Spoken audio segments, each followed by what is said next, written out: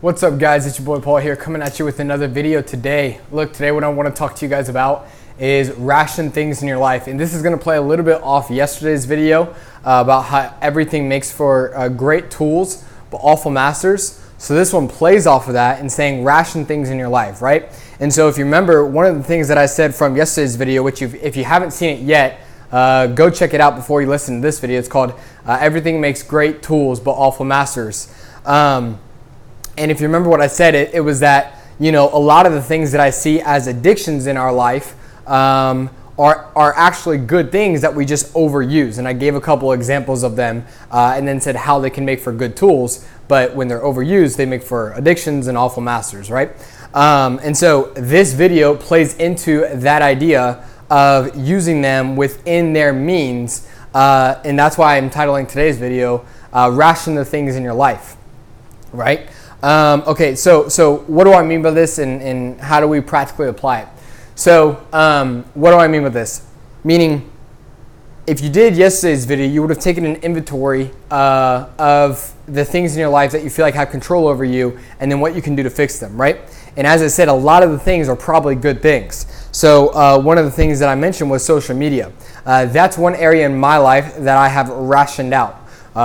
You know, another area in my life is learning. I've rationed that out in my life as well. My social life, I've rationed that out. My sleep schedule, I have rationed that out in my life. And like, this may sound like, oh my goodness, there's so many things to, you know, put in boxes and I don't know, that's a lot of structure. That's a lot of, you know, that's too much of putting things in boxes, right?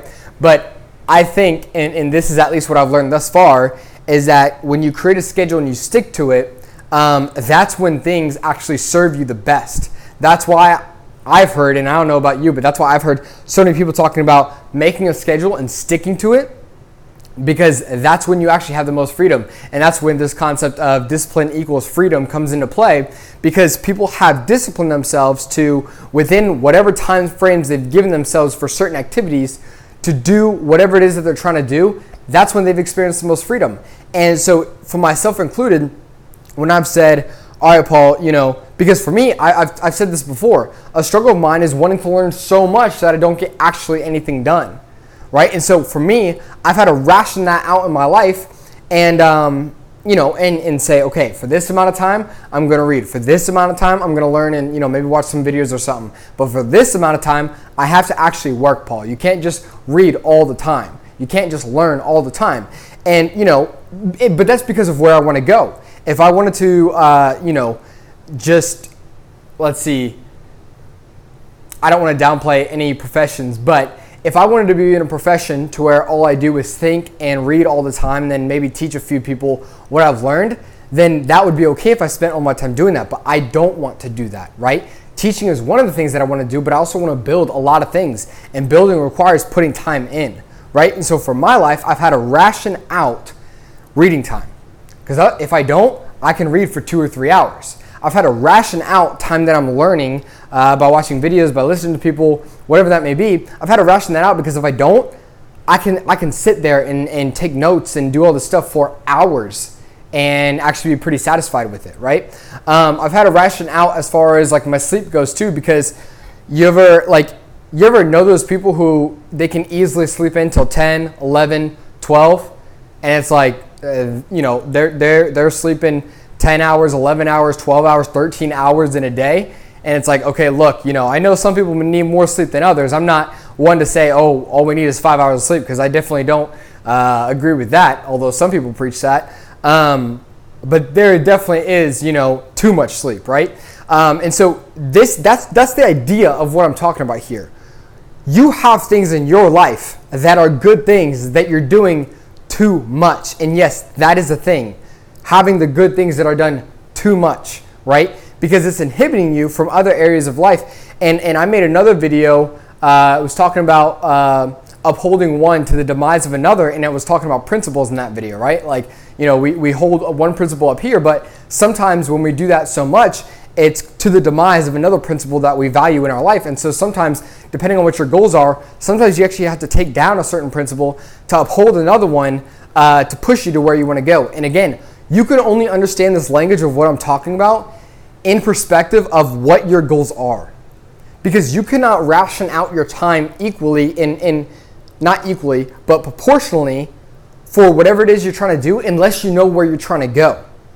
Okay? I'll say that again. You cannot ration out your time proportionally unless you know where it is that you're trying to go. So if you have no idea where you're wanting to end up, there's no way that you can take this video and apply it because you have no idea of saying, hey, maybe I do need to spend the 2 or 3 hours here. Maybe I do need to spend less time working and more time investing in myself, right? And for me, I realized that I had been investing in myself so much and not actually working that I was like, okay, you need to tone back a little bit here, put a little bit more over here because of what I want to do, right? So if you don't know where you're trying to go yet, that is one of the first things, actually not one of the, that is the first thing of what you need to do and what you need to look at as far as where you're trying to go in life and what it is that you're trying to do before you can ration out your time and everything like that. But once you have that goal, that picture, that idea figured out, this is the next step.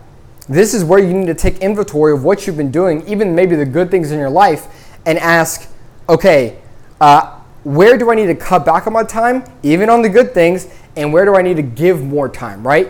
And then from there, you can say, okay, I have my 168 hours in a week. I know I'm going to sleep this much of the time.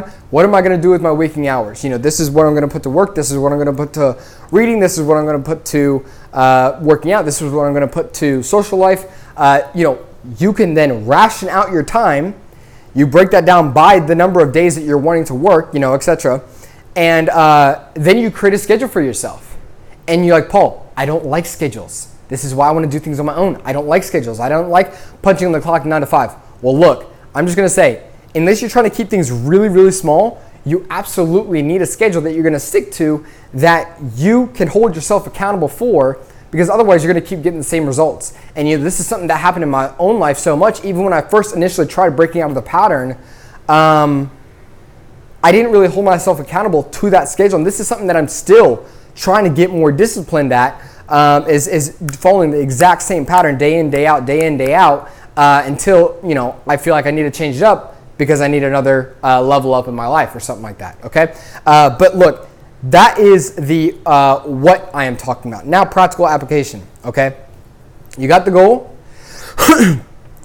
First, you need to figure out where your time goes. Okay, so an exercise that I've talked about before is spend a week or two every 30 minutes logging where it is that you put your time. Okay, log where it is that you put your time and then categorize that time at the end of the week. Okay, I spent this much time sleeping. Okay, I spent this much time just on social media. I spent this much time relaxing. I spent this much time working out. I spent this much time actually working on my business. I spent this much time learning.